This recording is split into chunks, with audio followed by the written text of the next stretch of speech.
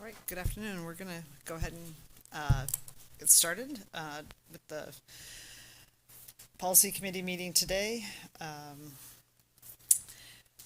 We have one additional member coming, and I don't think JJ's our student rep is going to come today, but we are going to have, or is he going to be online? He's online. Okay, awesome. Welcome, JJ. So we're going to start today's meeting. Just the general rundown for today is that we're going to take public comment first, and then we will have a presentation by Dr. Adams of some of the survey work of students that has happened over the last month and a half and focus groups.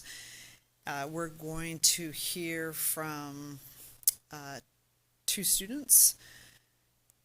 With the district student council student representative perspective, and then we have a revised draft policy that that's been built out based on our last discussion that we had around core elements, with a trying to find that the sort of where the center of the board seemed to land on the core elements, and we'll see how well we did.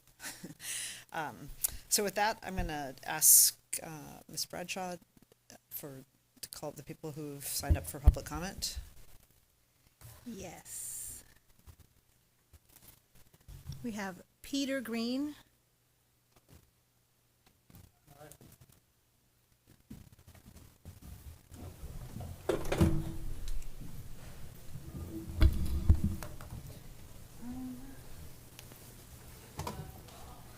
Just as a note, the timer looks like it's not set up there, but I'm going to put one on my phone so you'll hear it a little more faintly than normal.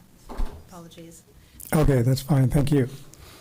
Madam Chair, members of the school board committee, thank you for the opportunity to testify on this important issue. I'm the director of Post 58, a local nonprofit organization which for the last 31 years has provided outdoor and leadership opportunities for thousands of students from high schools in the Portland Public School area and surrounding areas. The Post has prohibited the use of cell phones during its activities for several years now, because we are trying to create a space where students can learn and grow and feel good about themselves. On social media, it seems often students learn to feel bad about themselves. We want them to connect with new friends and not just exist in their narrow circle of friends that they brought with them from middle school. The pattern in the vans when we head off to our activities is pretty typical. As we drive somewhere, for the first half hour or so, they go to sleep. Then after a while, they wake up and pretend they're asleep for another half hour or so. Eventually, one of them gets the courage to ask a question of the driver, because it's much safer to ask the adult a question than their peers they don't know. And then usually one student will comment on the answer back from the adult, and that'll begin the conversation. Much safer way to go. But once that happens, you can just listen to the conversation begin to flow and talk, and they begin to spend a little bit of time knowing each other. And then if it's going well, after an hour or so, they'll be playing games, and ideally by the end, they're giggling with each other and maybe have made a friend, maybe not. But they've created a social learning situation that, regardless of how it ends up, was a learning experience for the kids even before we get to the outdoors, which is the focus of our organization.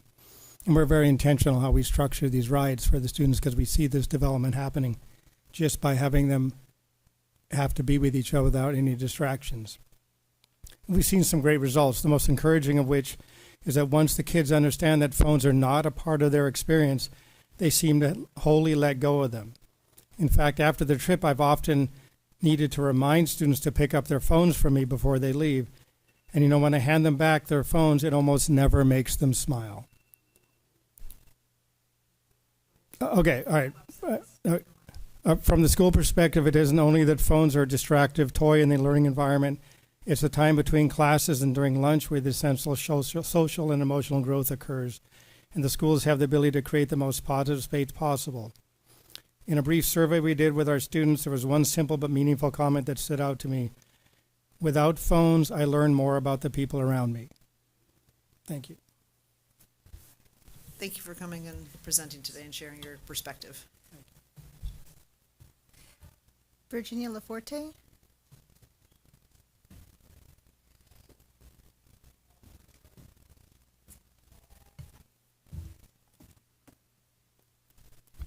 Hi, everyone.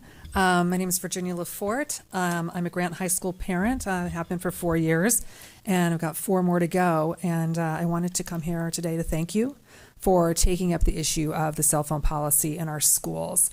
Grant parents have been discussing a lot of what has been negative press and how it really doesn't align at all with the sentiment that we're feeling around the school and from our students and our kids. We posted a quick survey last night to see if what we were feeling was actually accurate. We have a Grant High School Parents and Caregivers Facebook group. Some of you may be familiar with it. It's very active. And we received 110 responses. I think I put it up at 7 or 8 o'clock last night. And I wanted to share some of the comments that we received.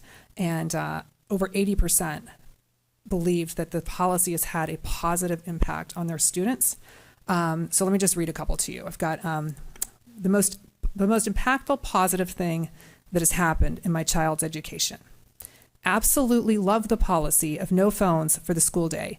Giving the kids 7 straight hours of uninterrupted cell phone free time is so helpful for both social and educational aspects of high school. I'm really glad that they aren't given access to their phones at lunch or during passing periods. This has been great for my child, a freshman. It has been a lifesaver and hugely impactful. My daughter is experiencing much less anxiety and better focus, also better relationships. My student tells me she is less distracted during class and feels more connected to her friends because they're talking at lunch instead of looking at their phones. We started out thinking we would hate it. Too draconian, too authoritarian. We can't argue with the effectiveness of this policy. It's an absolute game changer for my kid. The benefit to mental health cannot be overstated. Teachers can focus on education and kids can focus on class, on talking to each other at lunch, and I see them all chatting and making eye contact as they leave each day. It is wonderful. 100%, can I finish? I don't have a lot left. 100% support Mr. McGee's leadership on this. I have heard from my student and her teachers that the learning environment has dramatically improved this year. None of these comments were mine. And I'm here today to just say that they're not just phones, kind of what our previous public comment was saying. They're social media machines. They're intrusive. Kids do not need 2,200 cameras in their schools. They're disruptive. They're anxiety inducing. And I feel like if we value the mental health of our students, we really need to expand this policy across multiple schools and keep it as is. What Mr. McGee is doing is working. And I know that there's a student survey you're going to be talking about today. I can't wait to hear about it.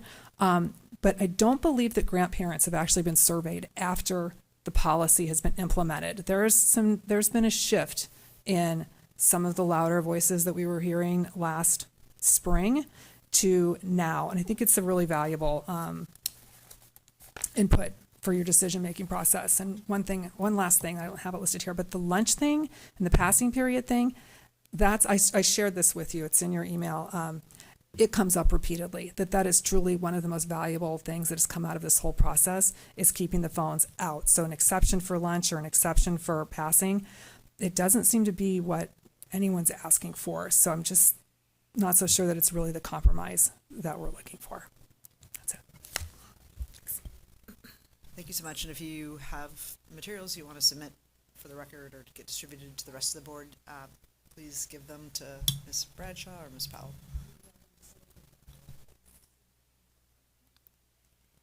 Mildred Castillo Borges.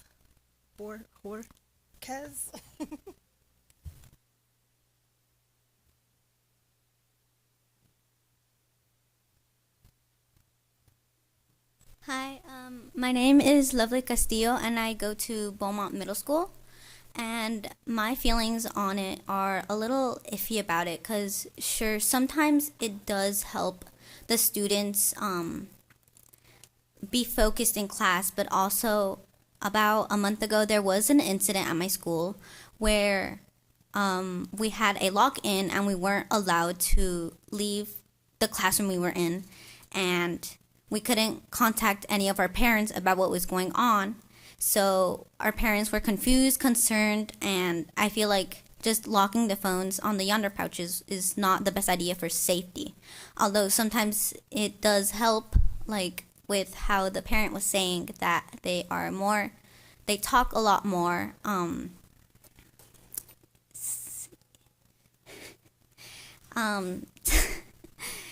It also just feels a lot restricting to us. And if I'm honest, most of my classmates at school do not use it. We mainly just leave it in our lockers or just hide it under some books or something. And it felt like it was a lot of money that could be used in other places, such as AC for my school, because it gets really, really hot during the summer. So I feel like that money could be used elsewhere, and we could have other compromises instead of just locking it straight up, like putting it into our lockers, or if they see us on it, they just immediately take it. No compromises that, oh, I was just using it for this or that. And sometimes also music helps us stay focused in class. Sometimes when I am working, my friends sometimes distract me, or if I have my AirPods in or something, I get a lot more work done because I am locked into what I'm doing and not talking to my friends about it. So that could also be another benefit from having our phones on us, which I feel like is good for working during class. Thank you. Thank you so much for coming today and sharing your perspective. Thank you. That concludes who signed up for public comment today. Great. Thanks, everybody, for coming today and giving us a look into how things are in the schools that have cell phone restrictions, how they're playing out for students. And next, we, as I mentioned earlier, one of the things that we had contemplated when we started putting together the policy, and this goes back to last school year, the student rep, Frankie Silverstein, had asked if we could survey students as part of this, and we agreed to do that. So as part of the handoff between Frankie and JJ, our new student rep, working with Dr. Adams, there was a survey created, and now we're going to welcome Dr. Adams to share your findings. Do you want us to wait till the end, or? Let's wait till the end if you don't mind. Good evening, members of the policy committee and public members who have great interest in the personal electronic device policy that the board is considering. I'm here to present the results of the student survey. And one of the things I'd like to preface the results with is the board has been consistent in the desire to implement a potential ban. And so our survey did not ask questions such as, do you like a ban or not like a ban? Instead, the survey was designed to elicit information that might inform the board's policy drafting. This is obviously a very popular topic at the moment. There have been a number of articles and other things written about the possibility of a cell phone ban in PPS. And so what we did is we had some research questions. Are they being implemented with fidelity? What are students' perceptions of how the bans are working? And the way we went about this was twofold. We did a survey for all high school students, grades 9 through 12. And we also visited the school site, 2 high school sites that were implementing the Yonder pouches. And we did some interviews with some students. We also talked to leaders, but the survey was really about student voice. So that's what we're trying to elevate. So let's get right to the results. First, a little demographic breakdown. You'll note by the pie chart in the upper right-hand corner that each grade level was just about equally represented, grades 9 through 12. And then we had a little over 2,100 students respond to the survey. And you can see the breakdown by race and ethnicity shown by the bar charts. We also asked about students' gender and sexual identity. Just over half of the participants who responded identified as girls or women. 35% identified as boys or men. 9% of students who responded said yes to the question, I am transgender.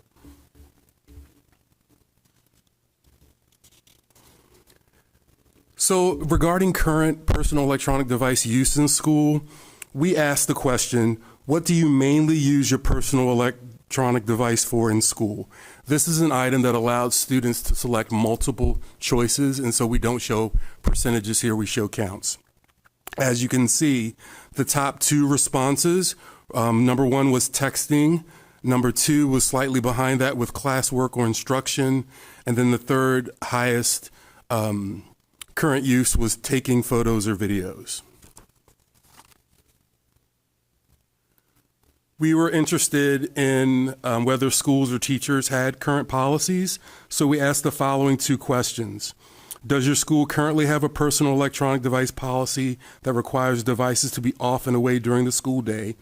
And separately, do any of your teachers have a PED policy that requires devices to be off and away during the school day? And you can see those percentages shown by the light gray and the navy blue. Overall, 87% of students reported that their school has a current policy, and 77% of our respondents reported that their classroom teachers had policies.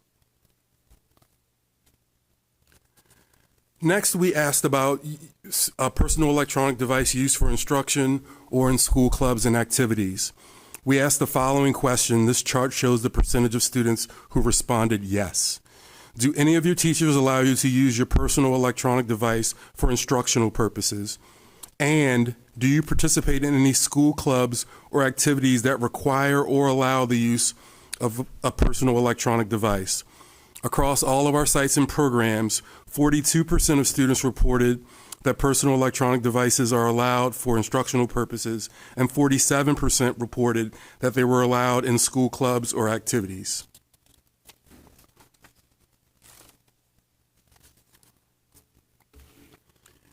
Next, we wanted to learn about current personal electronic device implementation versus how students might prefer it be implemented if they had one at their school. This was also an item that allows students to select more than one option. So again, we're showing numbers of responses here and not percentages. Here you can see the difference between current implementation and what students would prefer. We asked if your school or any of your teachers had a personal electronic device policy that requires them to be off and away during class, how is it implemented? And if your school were to implement an off and away policy, what method or methods would you prefer? We had 899 students respond to this item. And you can see that in terms of student preference, the top two choices are students are expected to keep their devices off and away, and students keep their personal electronic devices face down on their desks, while the top two current implementation practices are off and away, followed by yonder pouches.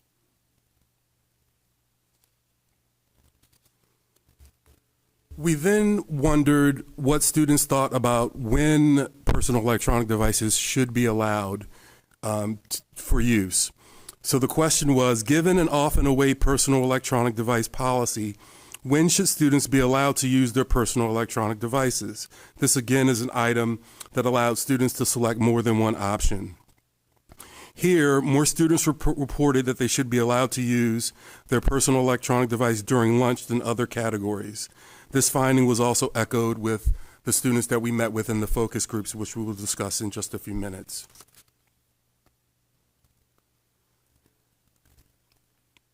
We also asked about stress level. We asked both sides of this coin. Would students feel an increase of stress if they were separated from their device? And we also asked if they would feel a decrease in stress. And you can see from the results, 54% of respondents said that they would feel increased stress if they were separated from their device. And when asked if they would feel decreased stress, 76% said no. We also had an open-ended item on the survey. We had 761 students from 11 schools and programs provided responses to the following question. What additional questions, comments, or concerns do you have regarding the draft personal electronic device policy? On the next 2 slides, I'll talk about those findings. Overall, students actually support personal electronic device policies. The majority of students who responded want PED-free classrooms. They do advocate for appropriately serious and consistently enforced consequences. And students also strongly desire access during non-instructional time, especially during lunch. Students also see the need for flexible policies. They shared that PEDs do have some academic value, especially in certain classes. Examples that were provided to us by students included robotics, art, and newspaper. And then the concept of independent working and being able to listen to music with your headphones on was also something that came across with the student open-ended responses. We also found in the open-ended responses the idea that all-day separation from the device was a cause for concern. What students expressed is that the cell phones provide a sense of safety, and so they worry about access to emergency services. They worry about communicating with their families. And then, as we know, we have a lot of students that leave campus during lunch, and they report that they feel less safe without their device with them when they leave campus. In terms of personal electronic devices and access needs, students shared that basically that their non-English speaking families and friends are reluctant to call the front office and that they use their devices sometimes for just-in-time translation activities. And students who use their phones as medical devices or to contact outside resources for their physical and mental health worry about access.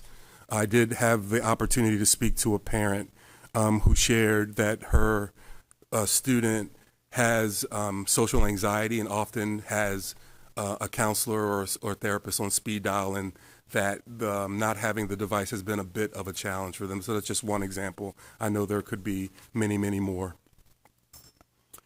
Let's talk about the focus groups. We did not, I'll just start by saying we did not speak to as many students as we wanted to, which I could get into later, but we're happy that we were able to speak to the students who were available at the time that the staff visited the schools. So we went to the high schools with Yonder pouches. So we went to Grant and Cleveland. We talked to a total of 18 students representing grades 9 through 12. The themes that came out of those conversations, first, categorized on the left, are positive perceptions of the policy. Students shared things like better focus time during class, more time spent in class, less time in the hallway, and the idea that consistent implementation makes the expectation clear.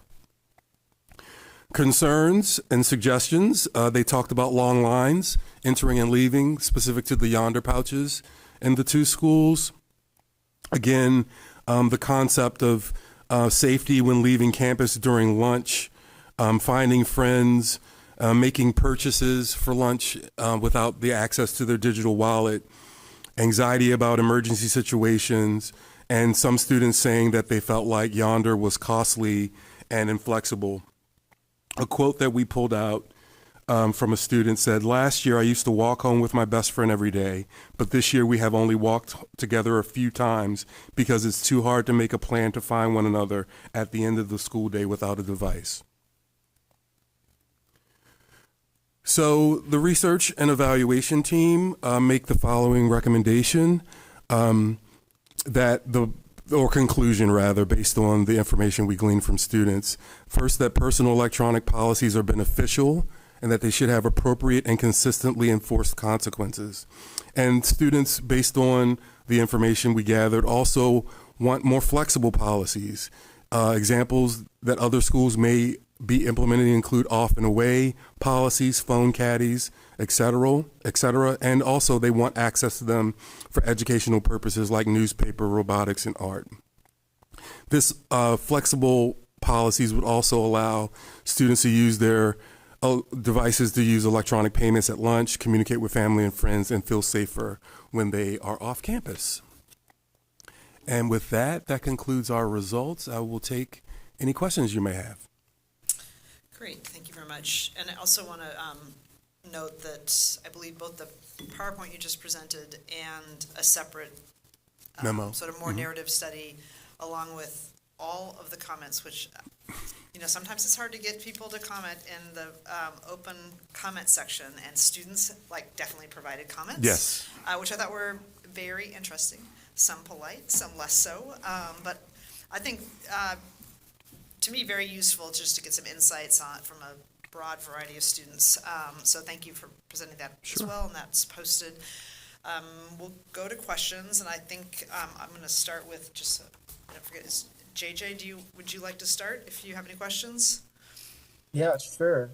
So I know the survey was shared on Trivery, but something I was informed of, some schools, alternative schools don't have Trivery. So how was that shared with alternative students? We thank you for the question, JJ. I appreciate it. This means Student Director Concevi. We shared the survey in two ways. We shared it on Trivery, and we also emailed every student with a PPS email account. That did take some time because we learned the hard way you can only send 2,000 emails at a time. So it took us a little bit of trial and error there, but we recognized that we needed to provide outreach in at least two different ways. I appreciate the question so much.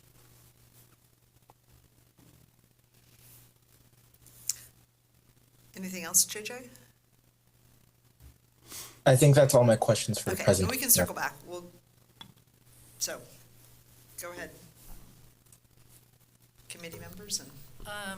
So this was just high school. There was no response at middle school at all, right? We did not intend to survey middle school. No, we just surveyed high school students. Yeah, just as an aside to that, because I just finished reading The Anxious Generation, and I think everybody should read that.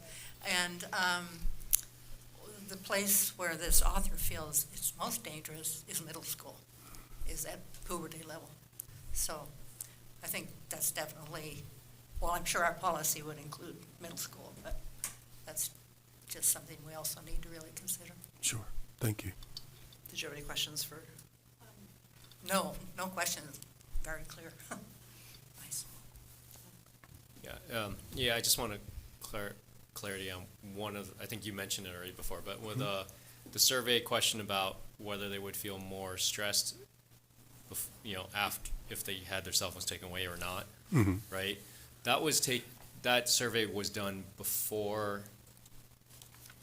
the Yonder Pouches was implemented, right? No. It was done after the implementation. We surveyed But students how in long after September. In September. Late So September. Okay, so it's just a month into it. Okay, thank you. You're welcome. Thank you. I had just a comment. My comment was, I'm just not sure what to do, what the research says, I'm sorry, not the research, what the principals have reported is that the time during lunch and passing times are when you see the behaviors that we want to discourage. So I just have a question about that. I also had a question about that question that you asked two ways, and I'd like to be walked through it a little bit. I guess I had a hard time interpreting the results. Sure. Let's start with your second question first, Director DePass. So we asked two questions, and this was actually, I can't remember if it was one of our student members or Director Sullivan that asked about perceptions of stress. And so first we asked, if your cell phone wasn't with you, do you feel an increase in stress? Then we asked, if your cell phone wasn't with you, would you feel a decrease in stress? And so Okay. to the would you feel a decrease in stress question, we had about 74% say no. To the Right. would you feel increased stress without your device, we had about 54% say yes. That's helpful. Thank you. And you had another question, and I cannot remember it at the The moment. comment was about the time of use, that when we heard from principals this summer, we heard that the behavior that we'd like to discourage happens during lunch and passing time. So that's just a comment about I'm trying to figure out how to reconcile that. Sure. The way I've been thinking about it, I'm thinking back to my own children's time in high school with devices, is it feels clear to me that from the results, students want and desire PED-free classrooms, that the lack of distraction, the ability to increase focus is something that's desirable. That then, I believe, leads them to want, based on the results we have here, when they aren't in instruction, can I use my device? Now, that is, as you said, a contrast to what building leaders have shared with us in terms of when is it most likely that students are on their devices and we're trying to interrupt that particular behavior, and that typically is during passing time, which you saw some of the comments from the focus group saying, I got to class on time, I was spending less time in the hallway. So you can see that there's a little bit of conflict depending on where and when could there be flexibility versus where there cannot be flexibility. And I guess one more comment about the difficulty of arranging, to meet up with somebody. And I actually know someone that does not have a smartphone. And I asked her the same question, well, how do you meet at a bakery or whatever? And she said, well, we talk to each other, the day before and we make an arrangement. And that's how we meet. So I'm just suggesting it's an opportunity also to learn old ways that still work.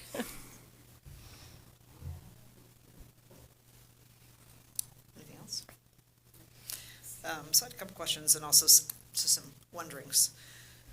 So I was interested in the slide 7 that has how students say they use their personal electronic device. And I was just wondering if we had some super smart students that they would answer that they use it for classwork or instruction, because that seemed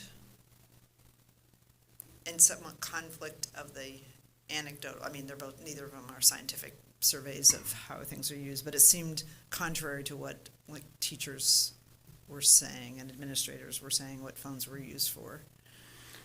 Well, what I would share is definitely what we heard loud and clear from students is that at the classroom level, expectations were not consistent.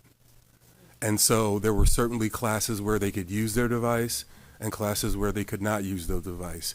I could not say at this time exactly what they were using the device for, other than these results that they then selected among the reasons or uses that they had for the devices. But certainly what came through loud and clear was the idea that if there is a policy that says there is some restrictions to personal electronic device usage, students want that policy to be enforced consistently so expectations are clear. Okay, great. That's a great question, because I probably absolutely would have said classwork. I know I'm that's just what my kids would remembering have back answered, those and years, really I would have said, oh, I'm using it for homework. Well, I remember Andrew last week saying his daughter loved her photography class, and she used her cell phone for that. And I'm sure the journalism people are maybe walking around making notes on their cell phone, I don't know. But I can see it being used in class, for sure, but, Well, anecdotally, depends, yeah. from my experience, that I had a lot of students that had page up that had something to do with what we're talking about in class and Instagram. So immediately when I would walk by close by, it would flip to that page. It's like, look, I am actually doing work. So I don't know if that counts that too. Privacy screens are very vital too.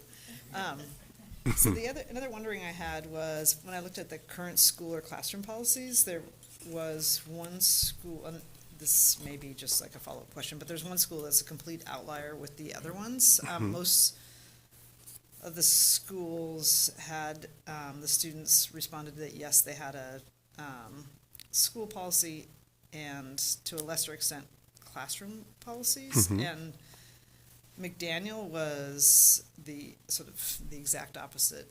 92% of the students said they had classroom policies, but only 30% the school level. So I'm curious. I did not dig into that, but we can certainly work with Dr. Franco to just ask Principal Sykes about that, because I'm not certain. It would just because it's the outlier. The rest of them are fairly consistent. So I'm just curious about that. Then just an observation that what the students were, I can get that later. The student stress when separated from the from their phones. I was trying to think through about the underlying question, because I think if I told my kids, or maybe even myself, it's like, you won't have access to your phone, like, not at all. There might be a high degree of anxiety depending on what's happening. If it's like, well, it's just in your backpack, like, do you have the same sense of separation? So I was just curious about the wording, and I hate to do this afterwards, because I should have asked the question in advance, but I'm just wondering if there would have been a different, like, you're not really separated from it, it's just away, versus like, it's off in a lockbox somewhere else. Sure. That's great feedback. We certainly, in hindsight, could have worded the question a little bit differently. But the idea that if I don't have immediate, the good thing and the bad thing about cell phones is they provide immediacy, right? I can immediately text my daughter or my son. I could video call them immediately. And they could do the same to me at any given time.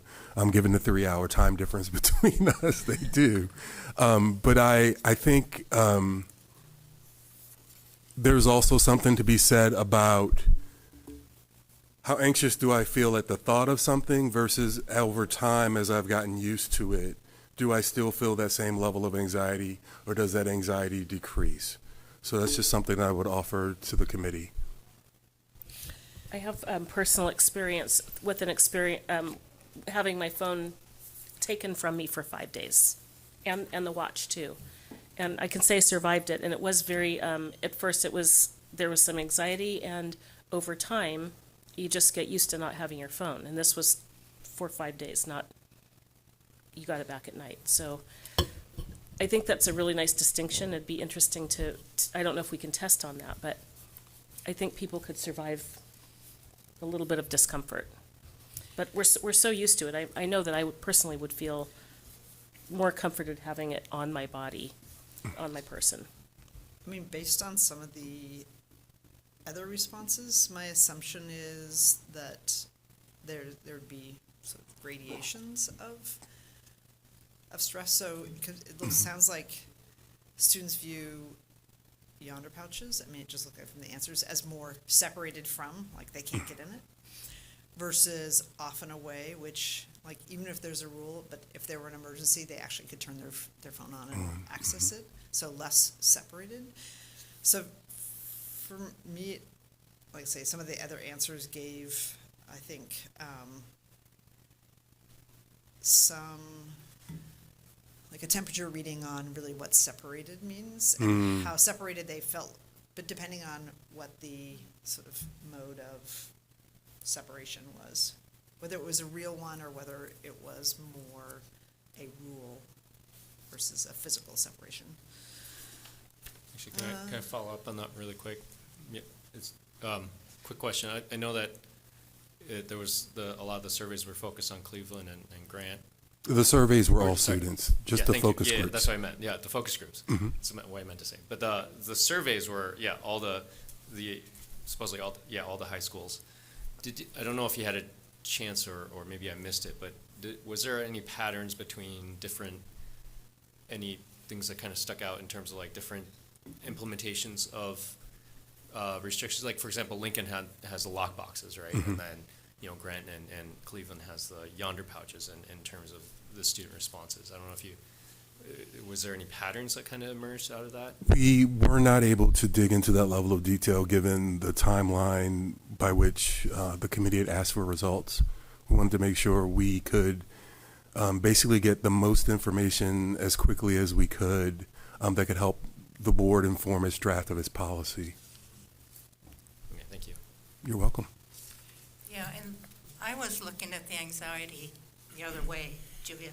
I was looking at it more, are they less anxious because they have to worry about all these pings coming on their cell phone? And is it less anxious when you're actually away from that, rather than being anxious that you don't have your phone? So, and the research pretty much shows that over time, and in fact, Peter Green, who testified, pretty much said that happens, that you're just not so anxious about who's saying what about me. You're just in the moment. But the answer was, I wanted that question, and they definitely didn't Sure. necessarily think they'd feel less anxious. It's not unlike They haven't flying. had a chance. It's not unlike some airlines that don't allow you to text unless you buy Wi-Fi. And so I was just on a 4.5 hour flight and couldn't text during the flight. And then you land and it's ping, ping, ping, ping, ping from all the people that have been trying to contact you. So I can imagine that. And that's probably what happens to kids if they get their phone after class, then they have to spend their whole time answering their pings instead of visiting with people in the halls. It's just so crazy. I mean, that's why some of them didn't want it back. Well, thank you very much, Dr. Quite Allen. welcome. This is, I think, very helpful to give us some insights to what our students are thinking. And to build on that, JJ has asked, I think we have Rose from Lincoln and Frankie from Franklin. So I had to think about that, yeah. Here, and so we have about 10 minutes for this section just to share between the two of you to share some perspectives, and I don't know how you want to divide the time or how you want to kick it off, but really a chance just to have, get more student feedback as we move ahead with the policy. So Hi, I can start us off. Great. Hi, my name is Rose. I go to Lincoln High School. I'm a sophomore. And throughout my freshman year, I had my phone. It was off and away. I couldn't touch it. And I feel like there was just a very there was a weird relationship between me and my phone because I really, really, really wanted to use it during class and stuff. And my screen time was super, super high. And at Lincoln, we are using the phone caddies. And I feel like that is a great way that we have implemented the cell phone policy. I feel like in the use of yonder pouches, it doesn't give me as much of responsibility because someday I'm going to be an adult and I'm going to have my phone with me. And I need to understand not to give into these urges to use my phone. I feel like the cell phone caddy helps me because I get to put it away. And then in between, I'm okay, well, I can text my mom back and tell her I'm taking the bus, or I can use Apple Pay to pay during lunch. It's just really helped me because I've been able to control my screen time, and I'm given this responsibility to be able to have my PED on me. How do those work? I mean, is it each class has a place? Yes, so in each class we are assigned a cell phone number, and the caddies are all numbered 1 through 30 or something, and you just place your phone in, and then at the end in the last 1 minute of class you just grab and go pretty much. And then it seemed it's just been very fluent, and everybody's just been getting it. No phones have been stolen. There hasn't really been any issues with it. Okay, thank you. So that means you have it during passing time and also at lunch? Yeah, we have it during passing and lunch. And since we are off campus, we do walk around a lot, and we're very close to downtown, and we have a really huge homeless problem. My mom does not let me go off campus because of that. And I think that having my phone, gives her a little extra security, and me too, to be able to walk off campus. Great, thank you. Appreciate you sharing the Lincoln experience. Frankie, do you want to? Sure. Hi again. It's weird to be on the other side. So at Franklin, we have a pretty similar policy. I guess you all call them phone caddies. We know them as calculator holders, but the expectation is that in all your classes, that's what should be happening. That's the new policy we have implemented this year. I think that enforcement is definitely not the same across all of our classes. I think the majority of mine do have that where you walk in, you place it in one of those holders, and you pull out a little slip that has a number on it. But there definitely are classes where that isn't enforced or there isn't even a holder. And I think that this shows a really interesting comparison, at least from my experience, because I've noticed that when I do have my phone away, I'm a lot more engaged in those classes. I am not feeling the constant urge to check my phone. And then in the classes where I still have access to it, I feel like I fall right back into my old habits. And this is a pretty similar experience to a lot of the other students I've been speaking to. I think, like the survey results have shown, there is a lot of benefit to this, and students see that. And I know, like, one thing on the anxiety point that I've been hearing is that a lot of times, like, for different projects and things, is the expectation that you're responding to text messages. And so it's kind of nice during school to have your phone away, because then you're not having to worry about responding to those, especially if that's the standard for everyone. People know that you're not going to be able to be responding. But I definitely agree with Rose on the point about having the phone during lunch. It's really nice for off-campus lunch, and it kind of gives you that moment in the middle of the day to check to make sure there's not anything actually important you're missing. And it definitely helps with coordinating lunch spots. And then also a big way we use it at school is we have a lot of student-run clubs. So people use Remind, which is like a group messaging app where you can send these messages and announcements out to clubs. And so having the phones is nice because then you get a reminder of where club locations are. So I think that from what I've seen and when I've spoken to other students, definitely a strong vote in favor of having phones available during lunches. But I think that the phone caddy way during classes is really effective. And I think that it's also a lot more cost effective in comparison to Yonder pouches. Frankie, can I ask you a question? And Rose too. One of the big issues that we hear a lot from a lot of teachers is that when it's not an all-day ban, the students are taking going on restroom breaks supposedly, right, and getting on their phones again and being out of the classroom, and the issues with lunch as well. Is the use of the caddies? So I guess my question is this: is the use of the caddies, is that solving the problem for the in between time, or like kids taking restroom breaks to get on their phones and stuff like that, because you're checking in your phone for the beginning of class and you don't get it till the very end, right?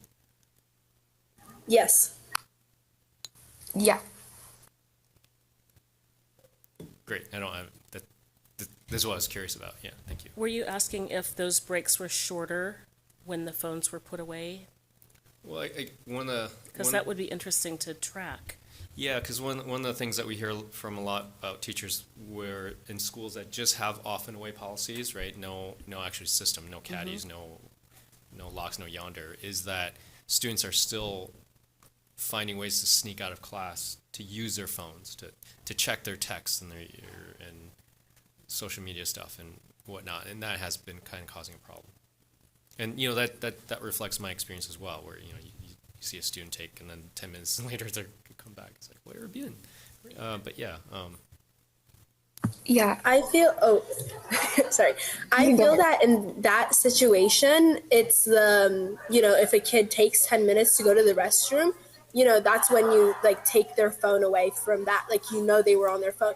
But I feel like at my school, the breaks have gotten shorter and kids have been taking less time. And since like the phone is taken away, like if you're taking 10 minutes in the restroom, then, you just need to like figure out your priorities. Yeah, I think one of the issues that part of the reason the caddy thing is appealing is also that it can create an awkward situation for a teacher to ask a student why they're gone for so long, because there could be actual real reasons, and that would, if you have teachers constantly asking that's kind of a recipe for some privacy issues. So I think that's kind of where I was getting at, is that this is great because it solves one problem at least, right? Yeah, I'm just curious how you both, or all three of you, feel about lunch with your phone. Do you feel like you're on it, you have to check it, or do you actually talk with your friends, or are you only talking on your cell phone with your friends? Or, I don't know, I just hear so much about how lunchrooms are quiet and everybody's just sitting there looking at their phone. And does that happen, or is that just out there? I think that honestly, when people say that, at least in my opinion, I think they're being a little over dramatic and kind of playing into all the stereotypes about teens. Like, at least in my friend group, we're very active. Like, people are excited for lunch because it's an opportunity to actually get to speak with your friends, and especially speak with your friends who aren't necessarily in your classes. So students aren't sitting on their phones the whole time, or if they are, it's to communicate and let people know where they're eating that day. And at least in my lunchroom, when I go in there and get in the lunch line, it's very loud. I agree with Frankie on this. I feel like I've never heard my comments be quiet. But one thing is, I think that just giving them the option of the phone at lunch gives them a sense of responsibility and like what their priorities are too in that situation. Like, are your priorities to talk to your friends? Are they to text your friends? Are they to just be on your phone by yourself? Because I feel like one thing is that taking away the phone for like kids who like don't exactly have friends, you know, it's like the phone is like a nice distraction or whatever, but at the same time, not having it during lunch is like, okay, we're gonna get that kid to like meet some new people, but it's really hard to do that. And social media and texting and all that helps get kids to meet each other and, you know, create relationships. Yeah, and adding on to that, in my cafeteria at McDaniel's, it's always loud and I always see social interaction. I know across our high schools at PPS, there's tons of clubs going on, so many students participate in things like that.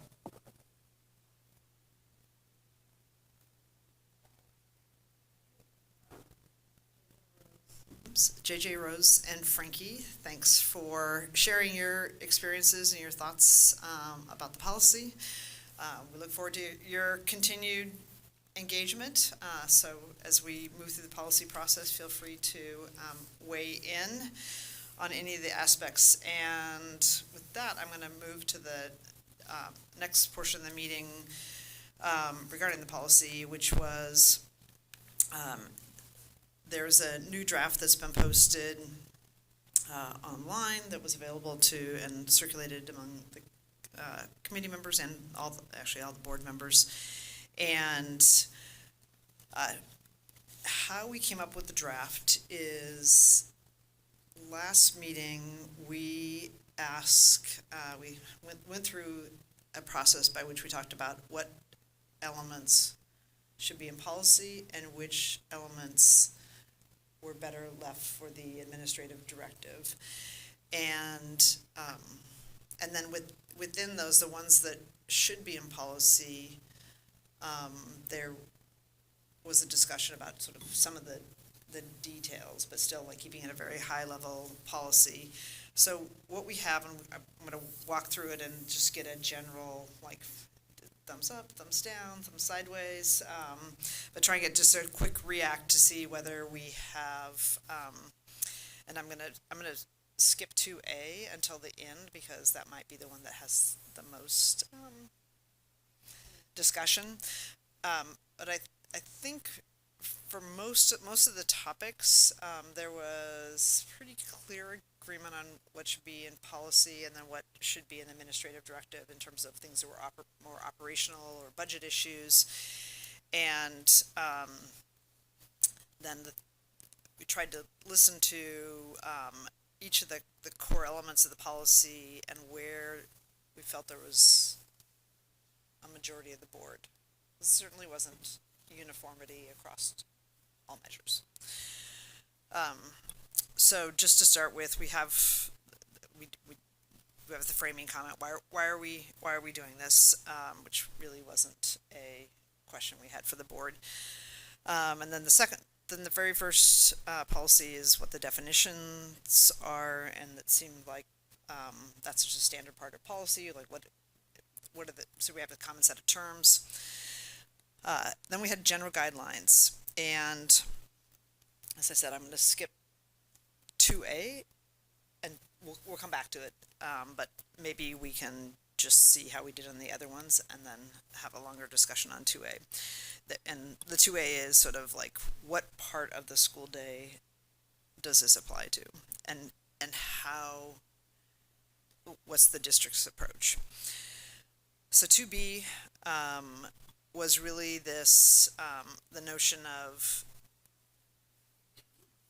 the district setting a floor for a policy, and that giving individual schools the ability to go above and beyond sort of, I don't want to say the floor because that leaves the impression that it's a low level, but there's a thanks, threshold or foundation. So there's a foundation, and then schools could go above and beyond. Does that seem to capture what people thought we were doing? So there's still some autonomy to have stricter, but not less restrictive. It's okay if I go? Yeah, go ahead. I guess my main concern is that, I keep looking at what is the problem we're trying to solve, right? And one of the things about that personal electronic device, off and away is already the current policy in most of our schools, and the teachers are asking for help with this current system that we already have.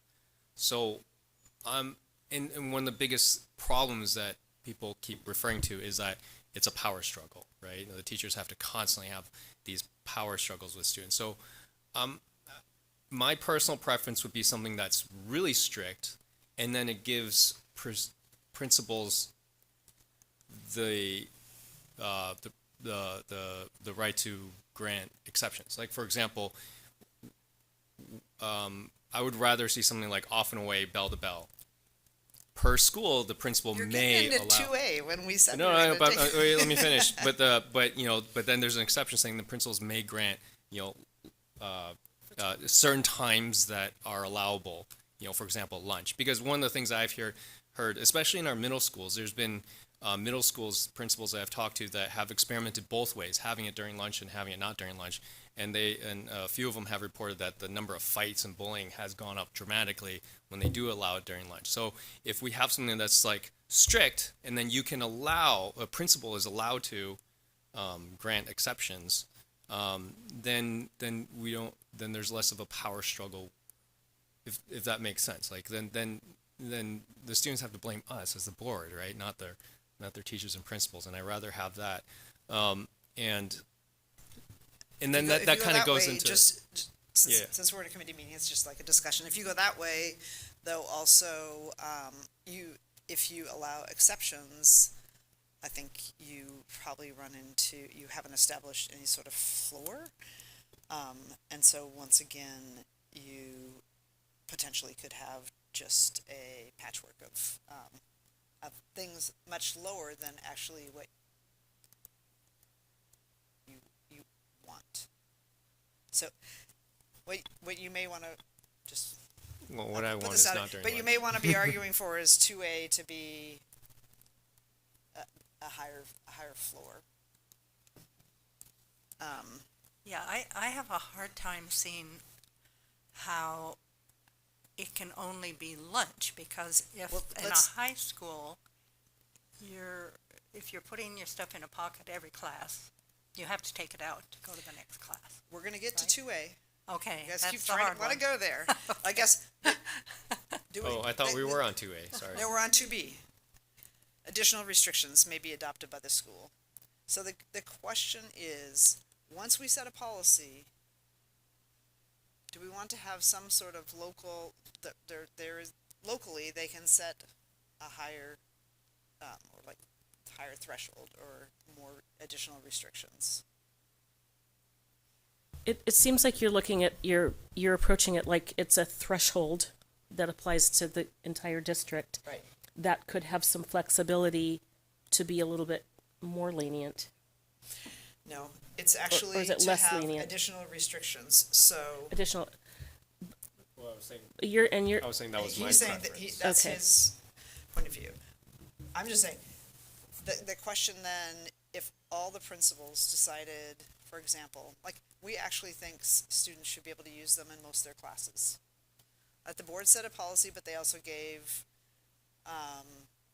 principals the flexibility to create exemptions, and we think we should just exempt it. Like, would we be okay with that? Well, I mean, we could word it pretty vaguely so that would also require, I don't know, area supervisor or something. I think there's ways to work around it. I mean, to be honest, my preference would be bell to bell. But, Rose and Frankie gave pretty convincing arguments. I'm willing to think about that a little bit, but I'm still not completely convinced that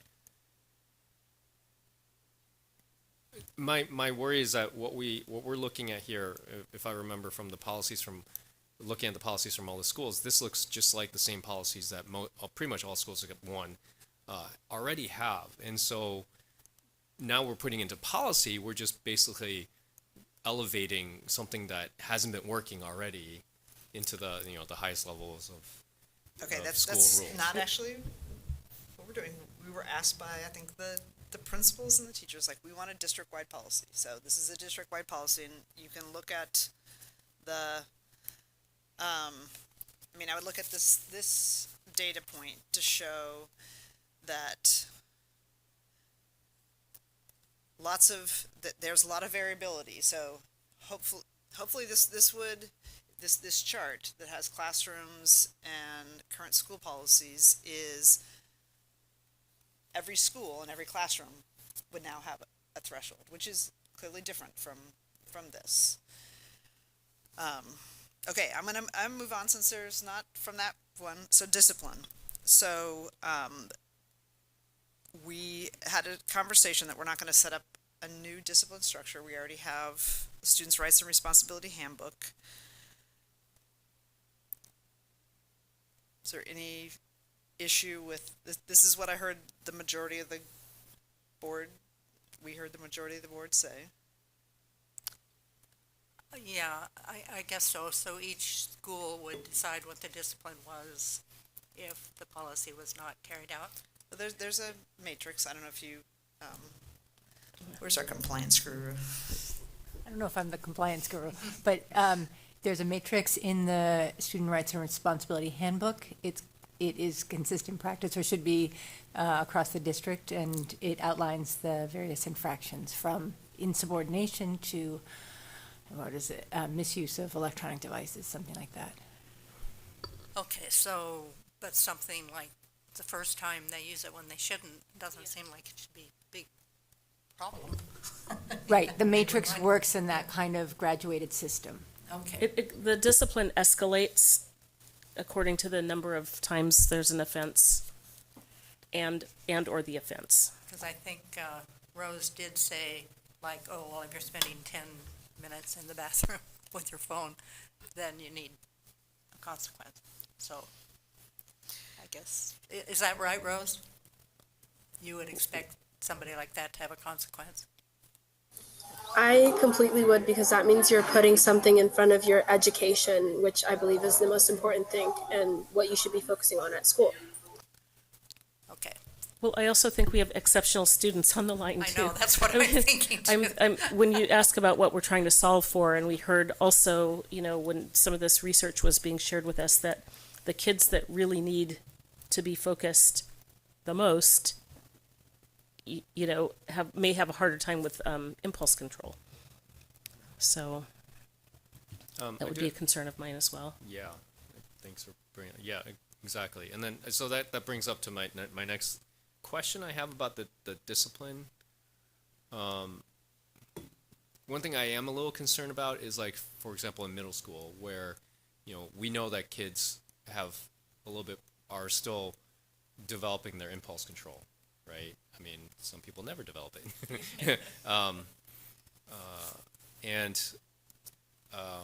When you're dealing with impulse control, when you're talking about smartphones, which majority of apps out there are trying to sell you ads and trying to be as addictive as possible, right? So that you keep checking. And when we have escalating levels of discipline, and eventually it leads to confiscation, I am a little bit concerned about, like, I know that it would be nice to have some exemption for the building administrator to be a little bit more lenient on this, because, like, for example, what if a kid has to walk home, right, alone, and then they don't have their phone because their parent or guardian has to come pick it up? Those kind of situations would make me a little bit worried, especially since we're talking about situations where students have less control over their impulses, and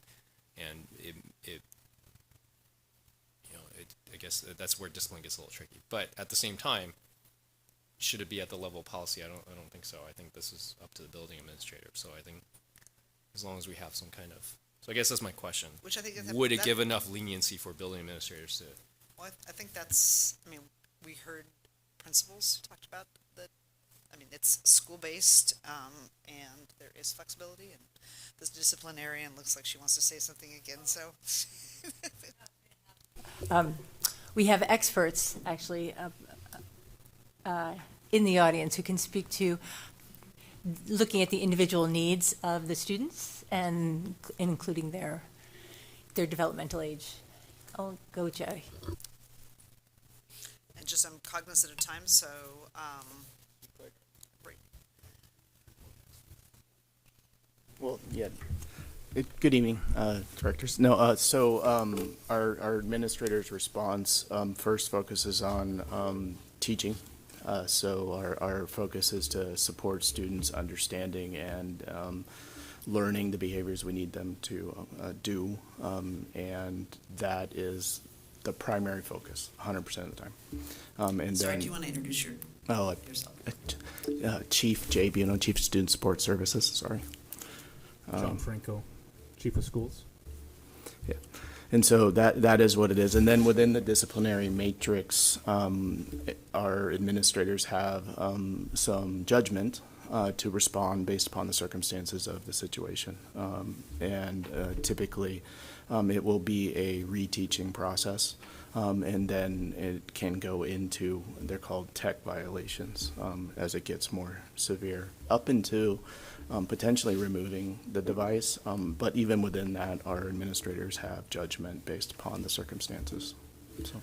Yeah, and we will. Oh, sorry, and we'll send out. With this piece, I mean, we'll have to send out some, along with the matrix, which they know about, but some additional guidance very specific to this that we'll have to work through and calibrate on. So we're all on the same page. Cool, thank you, that helps a lot. Yeah, I think the same page is a really important thing. Seems to me that's what the teachers are asking for. Yes.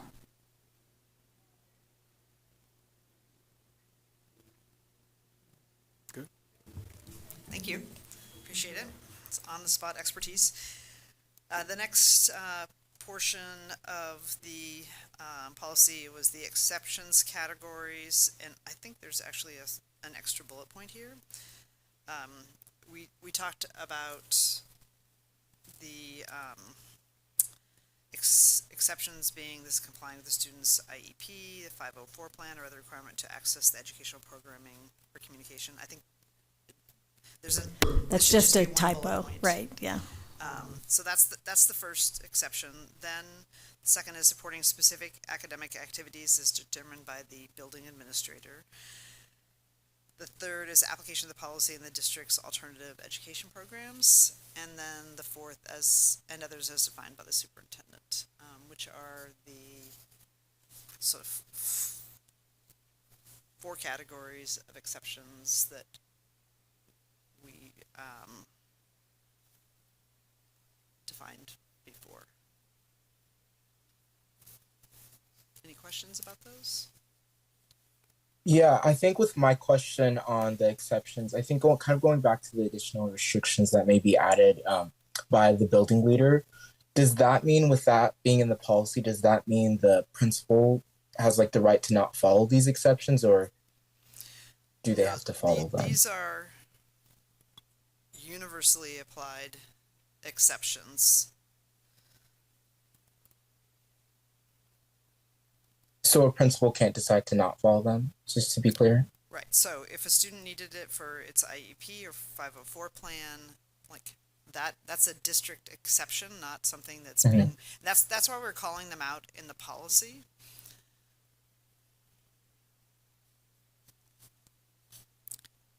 And again, this policy should be giving guidance not just to students, families, staff, but also to building administrators. And again, high enough level, and there will be implementing language that's in more detail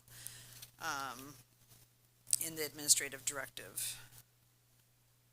But the answer to your question is no, JJ, these could not be overridden by a building administrator. Although I will say one of them is giving authority to a building administrator to make exceptions.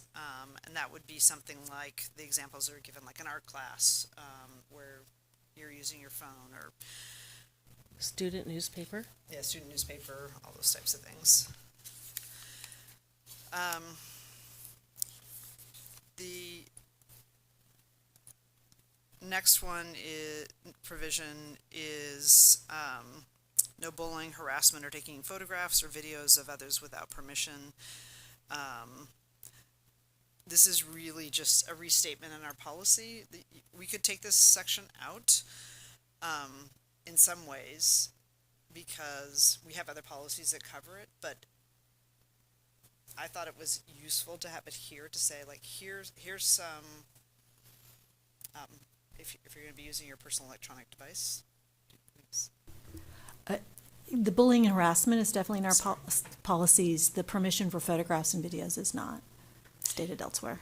Thank you. I think one of the things when we were reviewing the list of different school policies is that some of them had a training at the beginning of the school year, and I really like that idea that talked about this is how, I mean, to make the practice clear on how your phones can be used.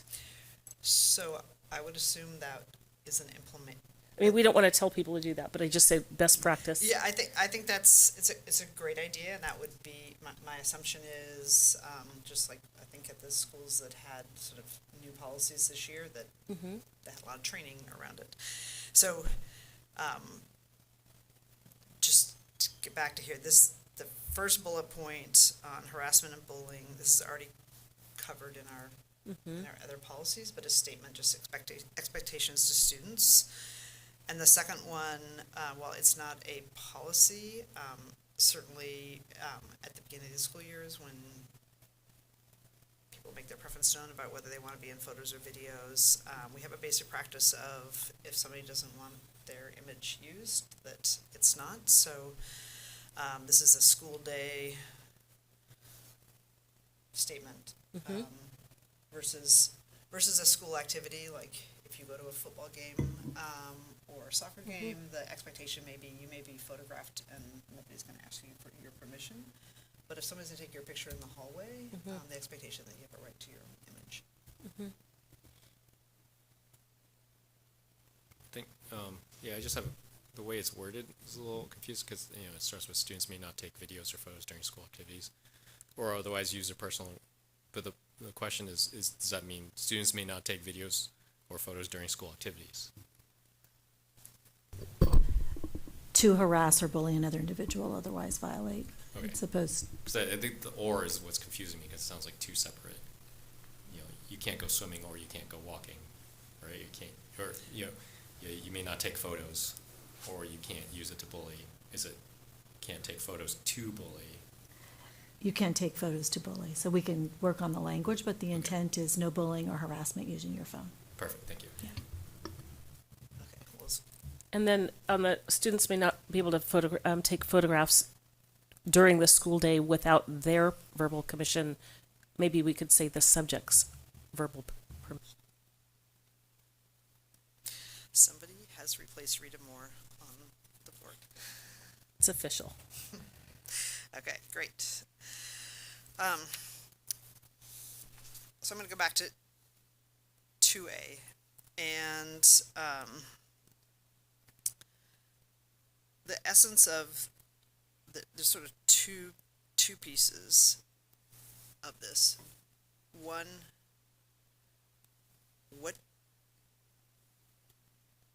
there's a couple things that we could do with students' phones. We could say, you can't bring them to school. They could be like, they can't be present.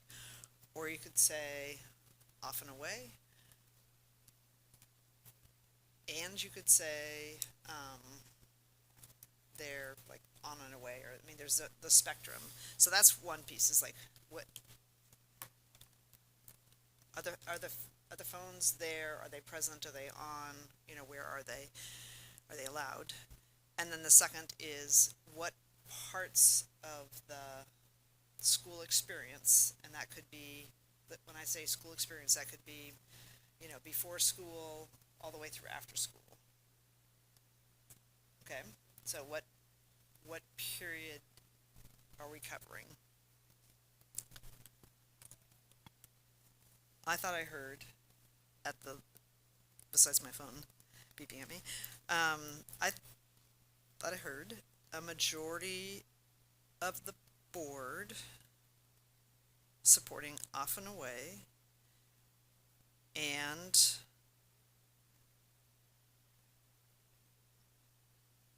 during a majority board also for classrooms. Well, it wasn't during class time. There were a variety of opinions, so I think there was sort of universality of like not during class time. There were a variety of opinions of whether to cover passing time and also lunchtime. Because I also thought I heard no before and after school was fine.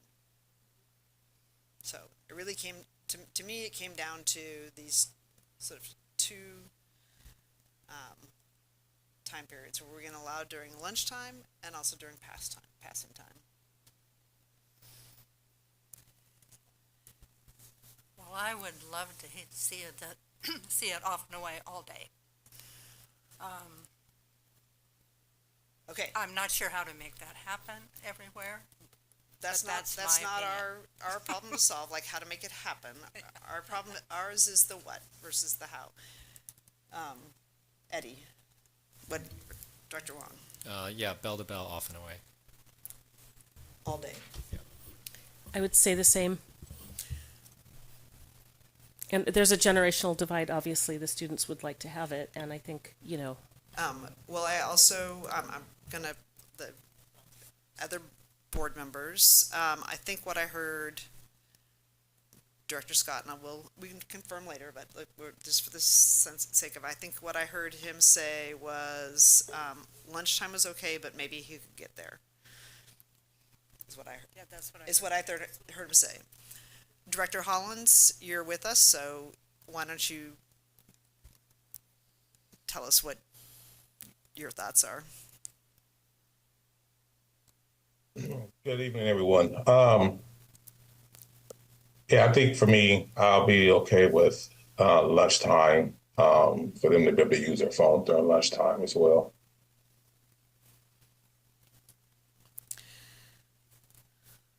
JJ, you want to weigh in?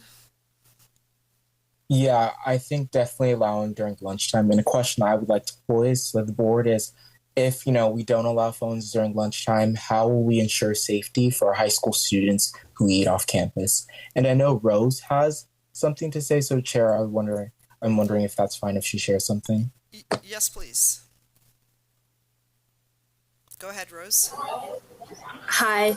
So earlier today and last week, I collected some data from my school and my classes. I'm talking to freshmen through seniors, and I was just talking like, would you rather have yonder pouches, like phone caddies, or just not bring your phone to class? And a lot of kids responded with, well, if they implement yonder pouches, I would rather just leave my phone at home. Like, there's no point in bringing my phone to school if I'm not even allowed to have it. And I feel like that's just a very valid point. And if I were to leave my phone at home because I, don't want to give it away or whatever to administration, would I then be allowed to use the restroom? Would I be allowed to leave campus? What is the rules around that if that was implemented? Thank you. So, I think I have some follow-up to do with Director Green to see where he is. I also will want to hear a little bit more from, now that this draft is out, from Director Scott, and also from the superintendent or her designated staff about given there is a division and board, if there's some additional information that we should be considering. Director Hollins has his hand up. Oh, Director Hollins. Well, yes, I just have one quick question for us. If we do away all day, what kind of support are we going to give, equitable support are we going to give the schools to be able to implement that? And the reason why I say that, because if my assumption is if one school has yonder pouches, then if all schools want yonder pouches, how are we going to support that as a board with our budgetary restraints that we have? Yeah, I appreciate that question. Director Hollins, because I will just say the current off and away during the school day other than lunch does allow schools the flexibility to implement it in different ways, whether it is the phone caddy or the yonder pouches.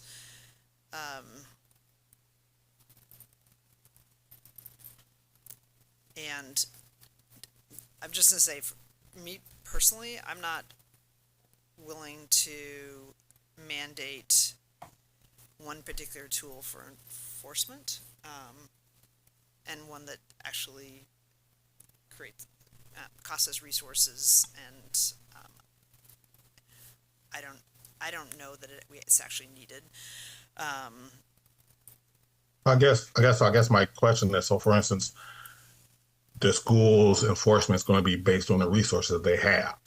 So for instance, Grant can use 60 grand or whatever the amount is to buy yonder pouches, Roosevelt, maybe not.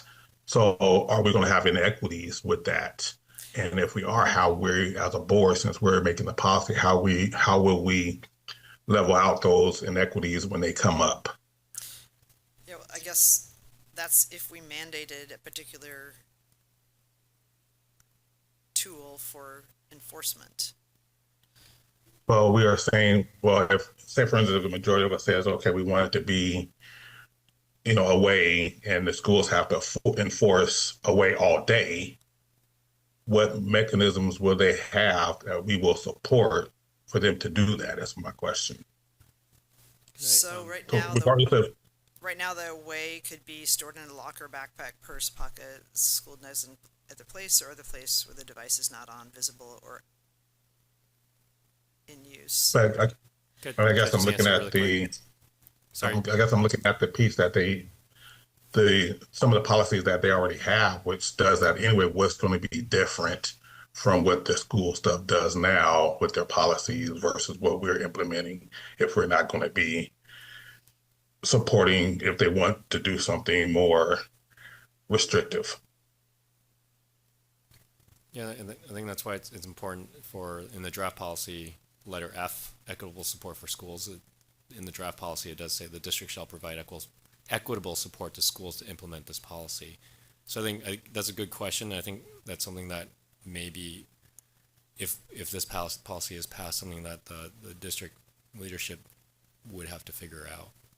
And it would I just want to make sure we're clear, because as the budget committee, we're going to be responsible for the funding for that, whether it's, the district allocating funds from one area to the other. I just want to make sure we're clear on that and we're okay with that as well.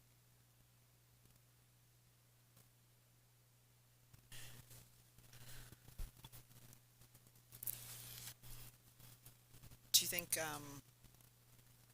staff would want to come with a point of view, not necessarily could come with on something around the supports, but also just the off and away? What portion? What portion of the school day? Sorry. Yeah, I guess I want. Oh, sorry. I'm sorry. I'm just asking staff if they would want to come with a perspective on which part of the school day, the whole day, or portions of it. I guess I'll kind of ask that too, like what kind of economic impact will this policy or potential economic impact that policy could have if we did all day, if we passed all day policy? Thanks. Yes, I think that's exactly the question, and also, I'd like just since there's a division of the board, just like what the perspective of, the superintendent and the, sort of school leadership would be interested in, and, just so you know, Director Scott, I know you're just here for the next meeting, but, yeah, we're wrapping up here.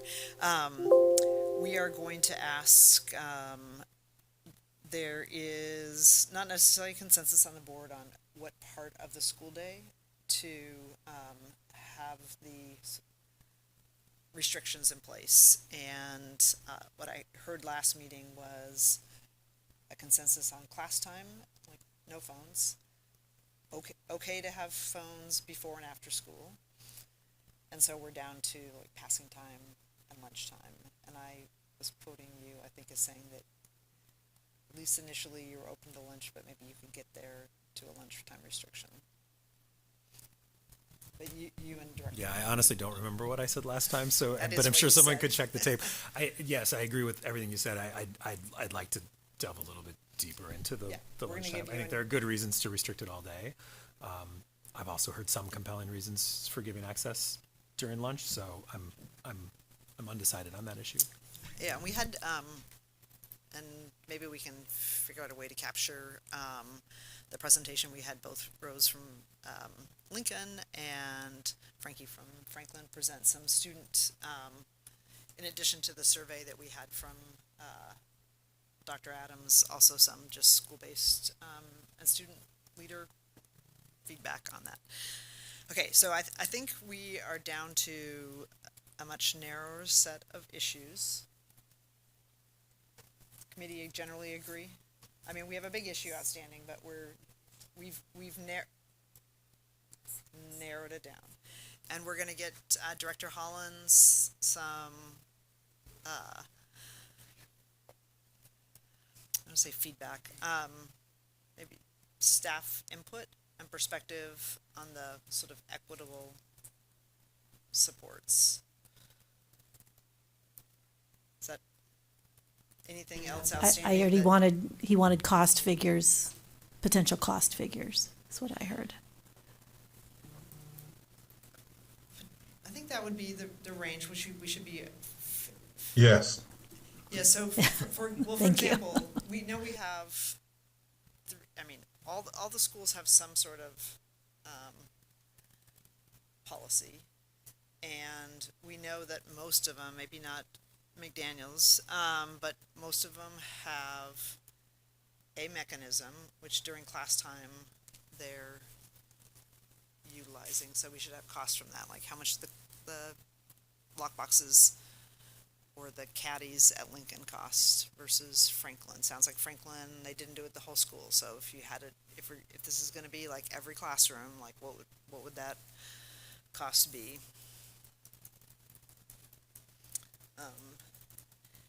And I think, to Director Holland's point, like this isn't just the high school, so we also have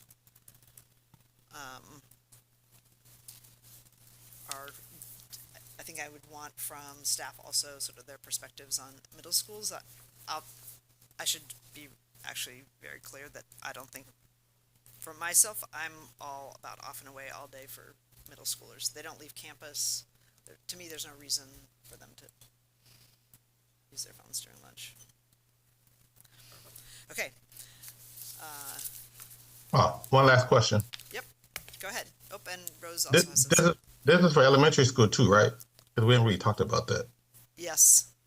Okay. I mean, they're just fewer students have phones. I'm gonna let JJ and Rose, JJ and then Rose have the last words, and then we'll switch to the next meeting. Go ahead, JJ. Yeah, so on the equitable support sections, I hear like one of the issues I hear a lot oftentimes from students is, at schools, we're having a Chromebook shortage.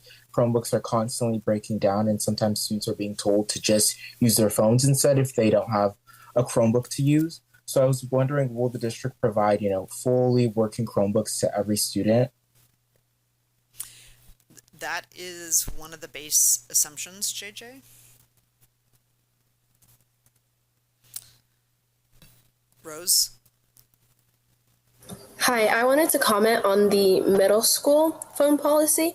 I feel like it's very important to have a middle school phone policy because it's really hard going into middle school and just, having your phone like off and away all day, but like, you can still access it to suddenly you have your phone, but it's like in a pouch where like you can't touch it and stuff. Whereas like the caddy would be an easier transition.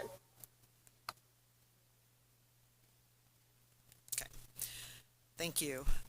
Thanks everybody for contributing. So I'm feeling like you want to say something? Okay. Well, I understand there may be, you all have been here for a while, so there may be a little bit of dinner upstairs. I don't want to wait very long, so if folks want to keep going, I'm ready to go. But if you want to take a 5-minute break, we can take a 5-minute break and come back at 6:10. Yeah, you would need to eat down here. I want to, because we have people here to testify, and I want to make sure we get the meeting started. So I'll defer to you all if you're. Okay, let's do a 5-minute break, and we'll start at 6:10. And I'm going to start at 6:10 with testimony. So.